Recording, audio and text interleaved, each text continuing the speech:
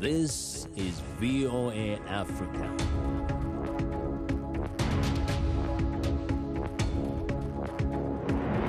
Hello, I'm Esther Githui-Ewart. It's Monday, January 18th. This is Africa 54. Due to the global outbreak of coronavirus, Voice of America is taking every necessary precaution to safeguard its employees. So our broadcast will look a little different today and in the near future as we, out of an abundance of caution, reduce our staffing at VOA headquarters here in Washington. We're working to help keep you informed about what's going on, and we appreciate you staying with us on Africa 54. The party of Ugandan opposition leader Bobi Wine on Monday is preparing to challenge President Yoweri Museveni's election victory, and it condemns what it calls the house arrest of Wine and his wife. Africa 54 managing editor Vincent McCory has more. Matthias Zimpuga of Wine's National Unity Party told a news conference on Sunday that they are challenging the election results. We have evidence about staffing and other forms of election malpractice. And after putting together, we are going to take all measures, I repeat, all measures that the law permits to challenge this fraud. On Saturday, the Electoral Commission declared Museveni the winner of Thursday's vote, with final counts showing Museveni winning 59% votes to Wine's 35%. Announcing the results, the Commission congratulated Ugandans on a peaceful and successful process. But the United States and Britain issued statements on Saturday calling for investigations into fraud reports and other concerns over the electoral process. The campaign and elections were marked by a deadly crackdown by security forces on opposition candidates and their supporters and an internet shutdown. The African Union sent an observation mission but has not yet issued a statement. An African election monitoring group that deployed 2,000 Ugandan observers reported irregularities. Museveni, 76, in power since 1986, and one of Africa's longest-serving leaders, said after he was declared winner that the election may turn out to be the most cheating-free in Uganda's history. Meanwhile, Bobi Wine's National Unity Party said Sunday that the opposition leader and his wife were unable to leave their home, which it says is surrounded by soldiers and police who were blocking members of his party and journalists from entering. Wine, a 38-year-old musician turned lawmaker, whose real name is Robert Chagulanyi, was not reachable on Sunday.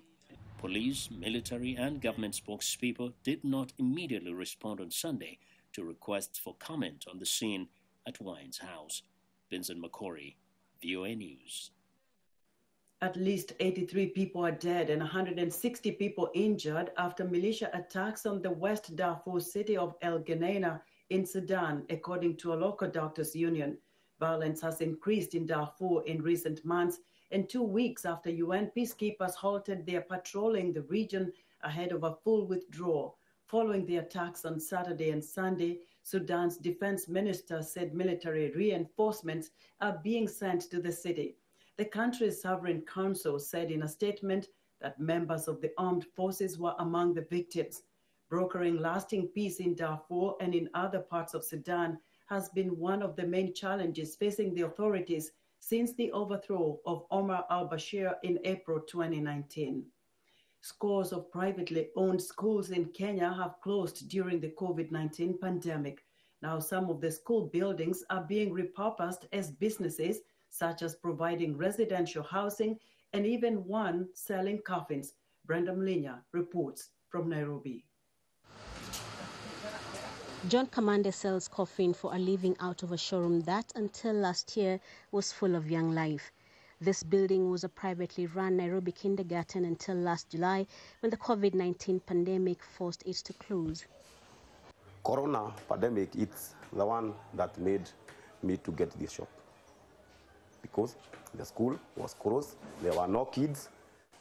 Nearly 400 private schools were forced to close because of the pandemic, according to Kenya's Private School Association, affecting 56,000 students as the buildings were repurposed.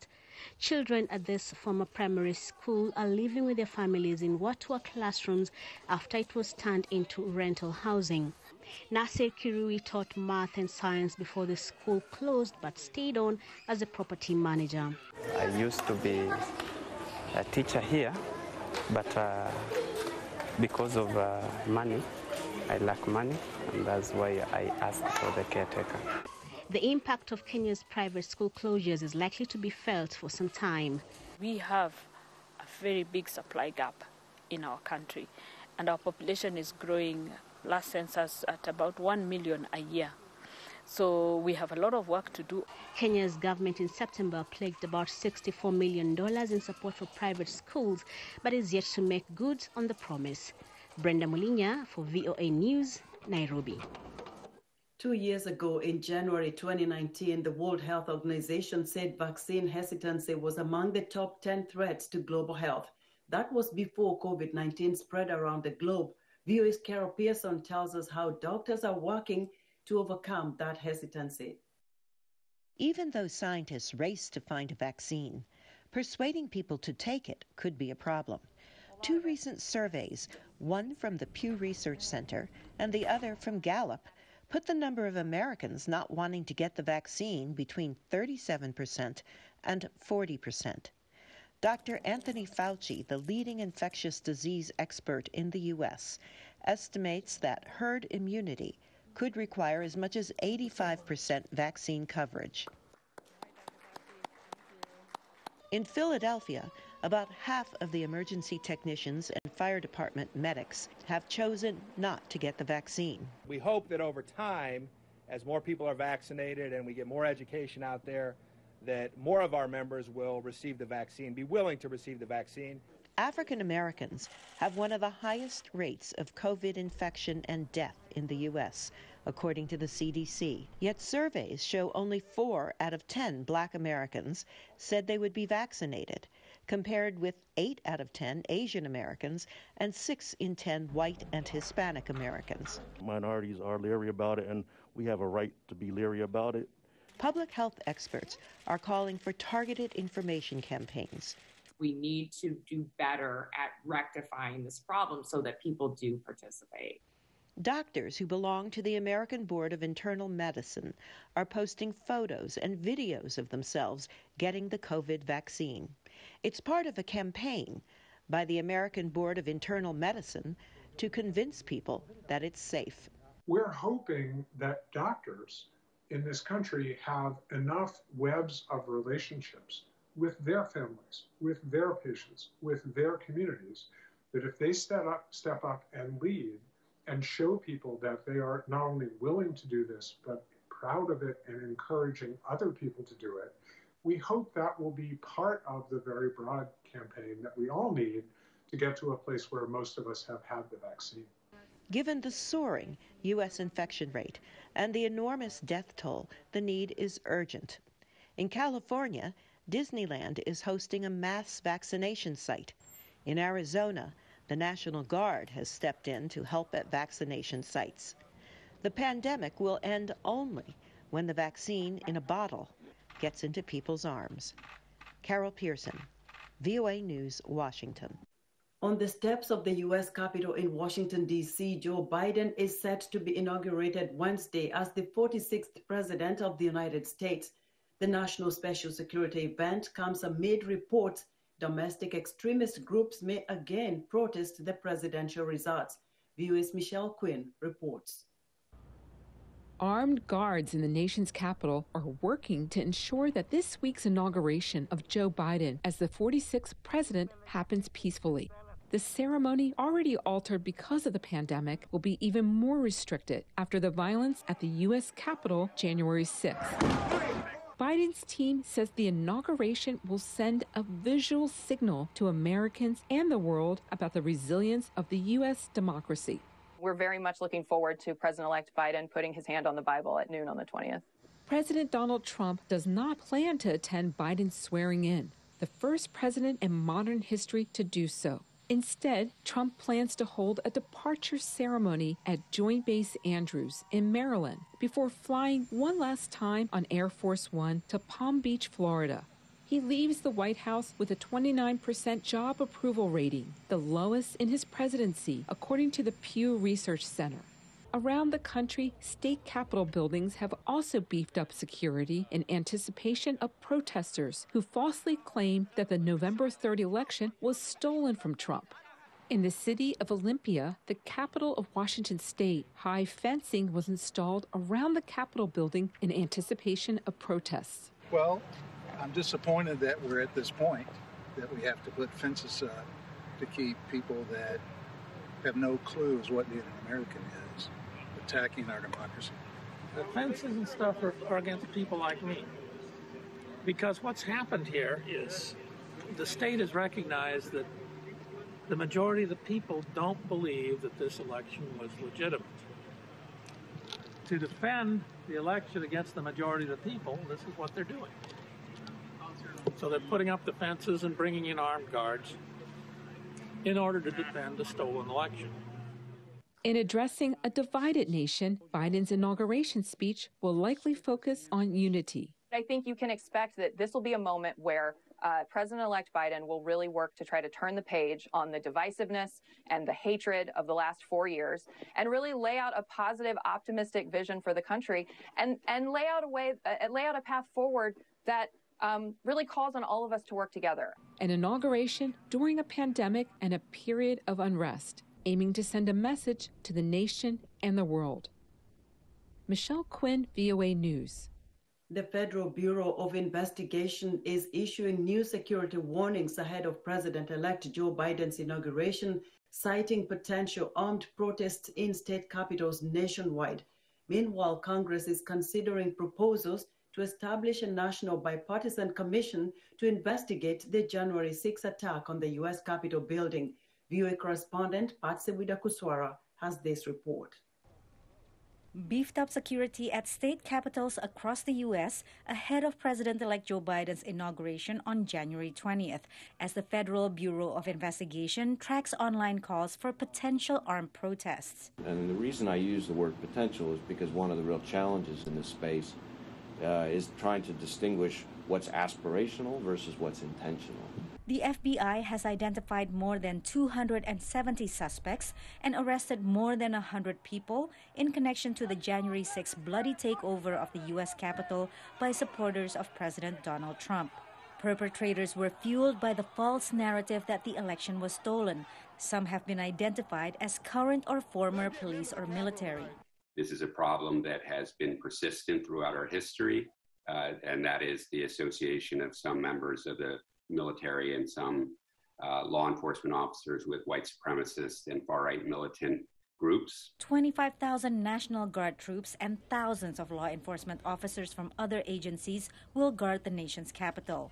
Vice President Mike Pence reassured Americans the inauguration will be safe. That President-elect Joe Biden, Vice President-elect Kamala Harris are sworn in as the new President and Vice President of the United States in a manner consistent with our history, with our traditions. Meanwhile, investigations continue, including whether some members of Congress aided the attack by giving tours of the Capitol the day before. If, in fact, it is found that members of Congress were accomplices to this insurrection, if they aided and abetted the crime, there may have to be actions taken beyond the Congress and in terms of prosecution. Lawmakers have introduced a bill that would establish a bipartisan commission to investigate the attack and address key questions, such as whether there was a failure of intelligence and possible involvement of political officials. What was the reaction? What was the response? What were critical lessons learned and failures from the response? And what should we take away as a nation in building that a unity of narrative, a unity of experience, so that we have a basis on which to come together again. Because of security concerns, inauguration rehearsals has been postponed from Sunday to Monday. Patsy Widakuswara, VOA News. We're excited to hear what you think about Africa 54 and the stories we cover. Join the discussion on Facebook. The address is Africa 54. We're also streaming our broadcast live on Facebook. Please watch and share our show with your friends. Also, check out our headlines 24/7 on voaafrica.com. Coming up, immigrants weigh in on the events of January 6, 2021 in Washington, D.C. We'll be right back.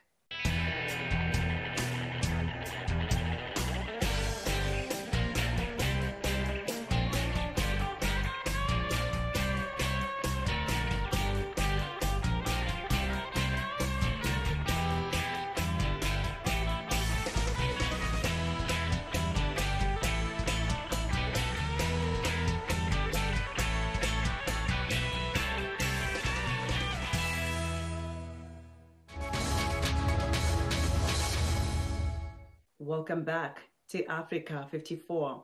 January 6, 2021 will be remembered as a day like no other for many, including those who've made the United States their new home. VOA spoke to a few of them in this report by correspondent Maria Madiallo. When thousands of rioters succeeded in breaking into the U.S. Capitol last week, it was a scene no one had seen in the United States. Sonam Zoksang, originally from Tibet, now owns a small business in Hudson Valley, New York. I was completely shocked. My heart sank. I was on the verge of tears. Rioters pushed through Capitol Police, ransacked the building, smashing windows and waving Trump, American, and Confederate flags. Political strategist Amira Woods, originally from Liberia, says it was expected. In fact, it was 4 years in the making, but many say decades before then. So I think it was not a surprise. What I think shocked us was the level of violence that was targeted at members of Congress. What also was shocking was the level of command structure that was in place. The armed insurrection left 5 people dead. Vanndhath, who is originally from Cambodia and is now a nurse in Virginia, sees it differently. I don't believe it was an attack. I think these mob or these protesters never planned it to be a violent act. But when push come to shove, it ended up escalating into pretty much, I would say, a trespassing or an intrusion to the Capitol Hill. Tuan An La from Vietnam participated in the demonstrations. He's a U.S. Navy veteran and says he condemns the violent acts, but we are there to demand the truth. It is impossible for us to accept a certain result when half of the voters are in the limbo of understand what is going on that particular night, November the 3rd. Election results had been certified by all 50 states, and lawmakers were at the Hill to finalize the certification process on January 6. Mehran Semedar, 34, originally from Eritrea, recently became a U.S. citizen. He says he saw a clear picture. Coming from Africa, it felt as if there was a coup d'etat happening, overtaking of government. You could equate it with domestic terrorism against the foundation of this country. And clearly, it felt this was violation of democracy. Yet members of the group that took over the Capitol say they had the right to protest U.S. election results. They don't get to steal it from us. They don't get to tell us we didn't see what we saw. But Mireille Safi, a special immigrant visa recipient and former interpreter from Afghanistan, says what he saw last Wednesday was horrible, and it has for sure affected his views on American democracy. We see like the U.S. is spending billions of dollars across the world in different countries and different continents to support the democracy in development, to support the civic education, to support the social rights and all these things. But we found that a lot of work is required inside the United States as well. Gigi May, a Columbia graduate originally from China, says she was shocked, but has also learned a lesson. Democracy is really fragile and takes a lot of effort, energy, needs people from all aspects to sustain, protect, and practice. Democratic Party lawmakers and a few Republicans blamed President Trump for inciting the violence, which he denies. In addition to being impeached, Trump has been banned from several social media outlets, which also accuse him of similar things. Some, like David Ah, originally from South Korea, disagree with some of the ways Trump has been treated. For example, Twitter decided to permanently ban President Trump's Twitter account. First Amendment protects freedom of speech, whether it is true or false, right or wrong. A lot of people do not understand the value of freedom, and it worries me more than those riots. Pahniti Tosukri, who goes by Tom, was born in the United States. He moved to his home country of Thailand when he was 9 years old, but came back here when he was 15. And I think the first thing I thought was, I wonder what this group would get away with compared to other protests. And as I started watching it, I started seeing, the response was very different. And it was very disheartening to start seeing the police officers that were supposed to protect just kind of cooperate a lot more with the protesters that appeared to be very violent and agitated. So, it was very shocking. Some officers are already being investigated for their actions, but many more fought bravely to protect the U.S. Capitol. Mariama Diallo, VOA News, Washington. A new Congress has begun. The House has already been seated with its Democratic Party majority controlling that body. However, the January 5th runoff election in Georgia means that this U.S. state and its two newly elected Democratic Party senators may not be seated and officially counted at the time that President-elect Biden is inaugurated. For more insight on what awaits President Biden once he is sworn in, I spoke to VOA's congressional correspondent, Catherine Gibson, and began by asking her to explain the current situation that allows the old Senate leader, Mitch McConnell, to technically stay in control of that body, at least for a few more days. So, we saw that in those two Georgia Senate runoff elections, Reverend Raphael Warnock and Jon Ossoff won both of those elections, beating their Republican incumbent senators. They need to wait for the state of Georgia to certify those election results before they can be sworn into office. And of course, as we know in those Georgia Senate runoff elections, they were so important because they were something of the tiebreakers in the U.S. Senate. We also need Vice President-elect Kamala Harris to be sworn in as the vice president on Inauguration Day. With those two new Democratic senators and the tie-breaking vote of Kamala Harris, then it does become a majority, a Democratic majority in the U.S. Senate. Until that time, Republicans have the majority, and that is why current Senate Majority Leader Mitch McConnell is still in charge until that changeover. Of course, when those two Democratic senators are sworn in and Kamala Harris is sworn in as the vice president, then the current Senate Minority Leader, Chuck Schumer, will become the leader in the U.S. Senate. While still thinking about Mitch McConnell still being at the helm of the Congress for a few more days, can that situation potentially affect a quick Senate confirmation of Biden's cabinet choices? Absolutely. So we know that the U.S. Senate is actually out of session right now, and Mitch McConnell will be in control until that process happens that I explained earlier, the two Democratic senators sworn in, Kamala Harris sworn in. Until then, he's control of confirmation hearings and, of course, in control of any Senate impeachment trial that may happen. They're further stalling the business of the U.S. Senate. Catherine, with the situation in the Senate as it is, how could that affect actions directed at the outgoing president? So we do know that the U.S. House of Representatives will impeach U.S. President Donald Trump. It's not an automatic process that when the U.S. House impeaches a president, a trial begins. They can choose the timing of when to notify the U.S. Senate to begin that trial. And your viewers may remember from last year's impeachment that it takes time to prepare for a Senate impeachment trial. It's like a criminal trial here in the U.S. where you have prosecutors, defenders, they're each preparing their sides of the case. They're calling witnesses. Now, Democrats are saying that this is going to be a much more straightforward process than last year's impeachment because, as they allege, the president is on tape inciting those rioters. They're also citing his now suspended Twitter account as proof that he was pushing that mob to invade the U.S. Capitol. They say that everything is on tape or on Twitter, very straightforward. Nevertheless, they will want to build a solid case to make that case to remove the president from office. Has this ever happened before? Has there been a president impeached in the history of the United States before they left office and could not, therefore, seek elective office?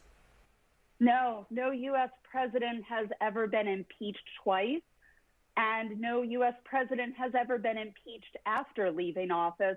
so that they were then barred from running for federal office in the future. We are certainly in unprecedented ground here, and it's difficult for Senate Majority Leader, who will be Senate Majority Leader Chuck Schumer, to balance all of this, because he has to decide how much can a Senate impeachment trial distract from what is a very important first 100 days for President Biden. 100 days is key for a new U.S. president. President Biden needs to address the impact of the coronavirus pandemic. Anything that distracts attention from those important issues is going to be really hard to get through. And as we all know, a Senate impeachment trial takes a lot of attention. Have you, in your congressional reporting or looking at the U.S. history of transitions, seen a presidential inauguration like the one we're about to witness with President-elect Joe Biden under circumstances that are as dire and as challenging as this?